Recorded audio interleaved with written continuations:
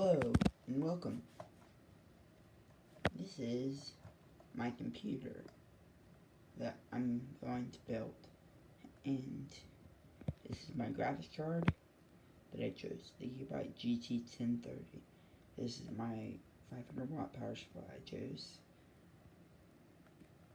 It's probably not the best one, but it's good. This is the RAM I chose. And this is the motherboard I chose. And this is the i3 I chose. And this is the case I chose. This is all the stuff I chose. But with a total of $300, I got this RAM separately on Newegg, but at a different time. Honestly, which you could probably do too, but what I think you should do is, well, if you don't have a hard drive, you can just get I would get an SSD. If you don't have a hard drive on, I would get an SSD.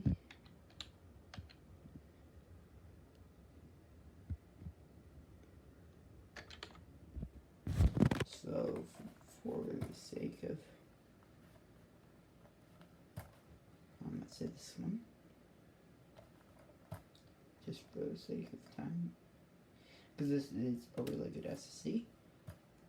It's a good card, and then that's all like a few dollars more. So